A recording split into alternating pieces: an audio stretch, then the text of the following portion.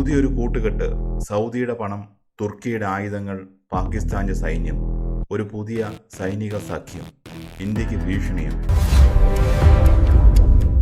ആഗോള രാഷ്ട്രീയത്തിലും ഏഷ്യൻ ഭൂഖണ്ഡത്തിലും സുപ്രധാനമായ ഒരു കൂട്ടുകെട്ട്. ഒരുപക്ഷെ ദക്ഷിണേഷ്യൻ സുരക്ഷാ സമവാക്യങ്ങളെ പൂർണ്ണമായി മാറ്റിമറിക്കാൻ പോകുന്ന ഒരു തന്ത്രപ്രധാന നീക്കം. പാകിസ്ഥാൻ, സൗദി അറേബ്യ, തുർക്കി ഈ മൂന്ന് പ്രബല ഇസ്ലാമിക രാജ്യങ്ങൾ ചേർന്ന് ഒരു ചരിത്രപരമായ സംയുക്ത പ്രതിരോധ സഹകരണ കരാറിൽ ഒപ്പുവച്ചിരിക്കുന്നു. മെക്ക കരാർ എന്നാണ് ഈ പ്രതിരോധ കൂട്ടുകെട്ടിന് പേര് നൽകിയിരിക്കുന്നത്. ഈ കരാറിൻ്റെ കാതൽ ഒറ്റവാക്കിൽ ഇങ്ങനെ പറയാം: മൂന്നിലൊരാൾക്ക് നേരെ കൈ ഉയർത്തിയാൽ അത് മൂന്ന് രാജ്യങ്ങൾക്ക് നേരെയുള്ള ആക്രമണമായി കണക്കാക്കും. പാശ്ചാത്യ രാജ്യങ്ങളുടെ സൈനിക ശക്തിയായ നാറ്റോയുടെ അതേ മാതൃകയിലാണ് ഈ പുതിയ സഖ്യം രൂപപ്പെടുന്നത്. വെറുമൊരു കടലാസ് കരാറല്ല ഇത്. ഇതിൽ മൂന്ന് കാര്യങ്ങളാണ് പ്രധാനമായി വരുന്നത്. കൂട്ടായ സംരക്ഷണം. സഖ്യത്തിലെ ഒരു രാജ്യത്തിന് നേരെ ആക്രമണം ഉണ്ടായാൽ ബാക്കി രണ്ട് രാജ്യങ്ങളും തങ്ങളുടെ സൈന്യത്തെ അയച്ച് പ്രതിരോധിക്കും. ആയുധ നിർമ്മാണവും പങ്കുവെക്കലും. ഡ്രോണുകൾ, മിസൈലുകൾ, അത്യാധുനിക യുദ്ധവിമാനങ്ങൾ എന്നിവ മൂന്ന് രാജ്യങ്ങളും ചേർന്ന് വികസിപ്പിക്കും. സംയുക്ത സൈനിക പരിശീലനം. മൂന്ന് സൈന്യങ്ങൾ ഒന്നിച്ച് യുദ്ധപരിശീലനങ്ങൾ നടത്തും. ഇൻഫർമേഷനുകളും ഇൻ്റലിജൻസും പരസ്പരം പങ്കുവെക്കും. ലളിതമായി പറഞ്ഞാൽ നമ്മുടെ അതിർത്തിയിലെ ഭീഷണിയുടെ വ്യാപ്തി ഒറ്റ രാത്രി കൊണ്ടാണ് മാറിയിരിക്കുന്നത്. ഇനി ചോദ്യം ഇതാണ്: എന്തുകൊണ്ടാണ് ഈ മൂന്ന് രാജ്യങ്ങൾ ഇപ്പോൾ പെട്ടെന്ന് ഇങ്ങനെയൊരു തീരുമാനത്തിലേക്ക് എത്തിയത്? എന്താണ് ഇവരുടെ യഥാർത്ഥ ലക്ഷ്യം? ഓരോരുത്തർക്കും അവരവരുടേതായ വ്യക്തമായ അജണ്ടകളുണ്ട്. ആദ്യം തുർക്കിയെ നോക്കാം. ഡ്രോൺ സാങ്കേതിക വിദ്യയിലും പ്രതിരോധ വ്യവസായത്തിലും തുർക്കി ഇന്ന് വളരെ മുന്നിലാണ്. തങ്ങളുടെ ഡ്രോണുകൾക്കും ആയുധങ്ങൾക്കും വലിയൊരു വിപണി സൗദി അറേബ്യയിലൂടെ അവർക്ക് ലഭിക്കുന്നു. അടുത്തത് സൗദി അറേബ്യ. സൗദിക്ക് പണമുണ്ട്, പക്ഷേ ആയുധ നിർമ്മാണ ശേഷി സ്വന്തമായില്ല.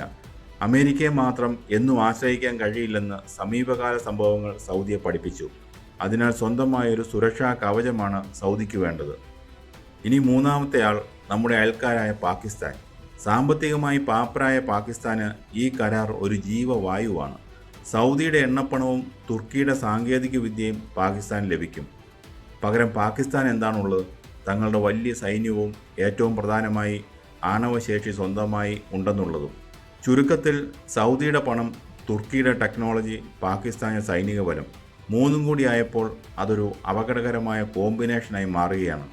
ഇനി നമ്മൾ ചോദിക്കേണ്ട ഏറ്റവും പ്രധാനപ്പെട്ട ചോദ്യം ഇത് ഇന്ത്യയെ എങ്ങനെ ബാധിക്കും എന്നതാണ്. ഇന്ത്യക്ക് ഇത് വലിയൊരു തലവേദനയാണ്. മൂന്ന് പ്രധാന കാരണങ്ങൾ പറയാം. ഒന്ന്, കാശ്മീർ വിഷയം അന്താരാഷ്ട്രവൽക്കരിക്കപ്പെടാം. ഇതുവരെ കാശ്മീർ ഇന്ത്യയുടെ ആഭ്യന്തര വിഷയമാണെന്ന നിലപാടിലായിരുന്നു ലോകരാജ്യങ്ങൾ. എന്നാൽ തുർക്കിയും സൗദിയും പാകിസ്ഥാന്റെ പ്രതിരോധ പങ്കാളികളാകുന്നതോടെ കാശ്മീർ അതിർത്തിയിൽ എന്തെങ്കിലും സംഘർഷമുണ്ടായാൽ നയതന്ത്രപരമായി പാകിസ്ഥാനെ പിന്തുണയ്ക്കാൻ ഇവർ നിർബന്ധിതരാകും. തുർക്കി ഇതിനകം തന്നെ ഐക്യരാഷ്ട്രസഭയിൽ പാകിസ്ഥാൻ അനുകൂലമായി സംസാരിക്കുന്ന രാജ്യമാണ്.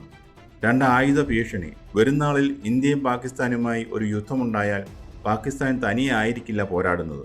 തുർക്കിയുടെ ഏറ്റവും അത്യാധുനികമായ ഡ്രോണുകളും സൗദിയുടെ സാമ്പത്തിക പിന്തുണയും പാകിസ്ഥാന് പിന്നിലുണ്ടാകും.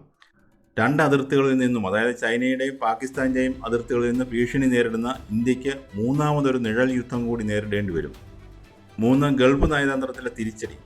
കഴിഞ്ഞ കുറച്ച് വർഷങ്ങളായി പ്രധാനമന്ത്രി നരേന്ദ്രമോദിയുടെ നേതൃത്വത്തിൽ സൗദി അറേബ്യയുമായി ഇന്ത്യ ഉണ്ടാക്കിയെടുത്തത് ചരിത്രത്തിലെ ഏറ്റവും മികച്ച ബന്ധമായിരുന്നു. എന്നാൽ മെക്ക കരാറിലൂടെ സൗദി വീണ്ടും പാകിസ്ഥാനോട് അടുക്കുന്നത് ഇന്ത്യക്ക് വലിയൊരു നയതന്ത്ര തിരിച്ചടിയാണ്. അപ്പോൾ ഇനി എന്ത് സംഭവിക്കും? ഇന്ത്യ വെറുതെ ഇരിക്കുമോ? ഒരിക്കലുമില്ല. ചതുരംഗക്കളിയിൽ ഇന്ത്യയും കരുക്കൾ നീക്കി തുടങ്ങിയിട്ടുണ്ട്. ഇസ്രായേൽ ഗ്രീസ് സഖ്യം. തുർക്കിയുടെ ശത്രുക്കളായ ഗ്രീസുമായും സൈപ്രസുമായും ഇന്ത്യ ബന്ധം ശക്തമാക്കുന്നു. ഒപ്പം പ്രതിരോധ രംഗത്ത് ഇന്ത്യയുടെ വിശ്വസ്ത പങ്കാളിയായ ഇസ്രായേൽ സാങ്കേതിക വിദ്യ നമുക്കൊപ്പമുണ്ട്. അതുപോലെ തന്നെ സൗദിയുടെ പരമ്പരാഗത ശത്രുവായ ഇറാന്റെ ചബഹാർ തുറമുഖം വികസിപ്പിച്ചുകൊണ്ട് ഇന്ത്യ പശ്ചിമേഷ്യയിൽ സ്വന്തം സാന്നിധ്യം ഉറപ്പിക്കുകയാണ്. വിദേശ രാജ്യങ്ങളെ ആശ്രയിക്കാതെ സ്വന്തമായി ഡ്രോണുകളും മിസൈലുകളും നിർമ്മിക്കുന്ന ഇന്ത്യ അതിവേഗത്തിലാക്കി. മെക്ക കരാർ ഇന്ത്യക്കൊരു ഭീഷണി തന്നെയാണ്, അതിൽ സംശയമില്ല. എന്നാൽ ഭയപ്പെടേണ്ടതില്ല. ഇന്ത്യ ഇന്ന് പഴയ ഇന്ത്യയല്ല. ലോകത്തിലെ അഞ്ചാമത്തെ വലിയ സാമ്പത്തിക ശക്തിയും നാലാമത്തെ വലിയ സൈനിക ശക്തിയുമാണ് നമ്മൾ. പാകിസ്ഥാന്റെ പ്രതിരോധ തന്ത്രങ്ങളെ പൂട്ടാൻ ഇന്ത്യക്ക് കൃത്യമായ പ്ലാനുകളുണ്ട്.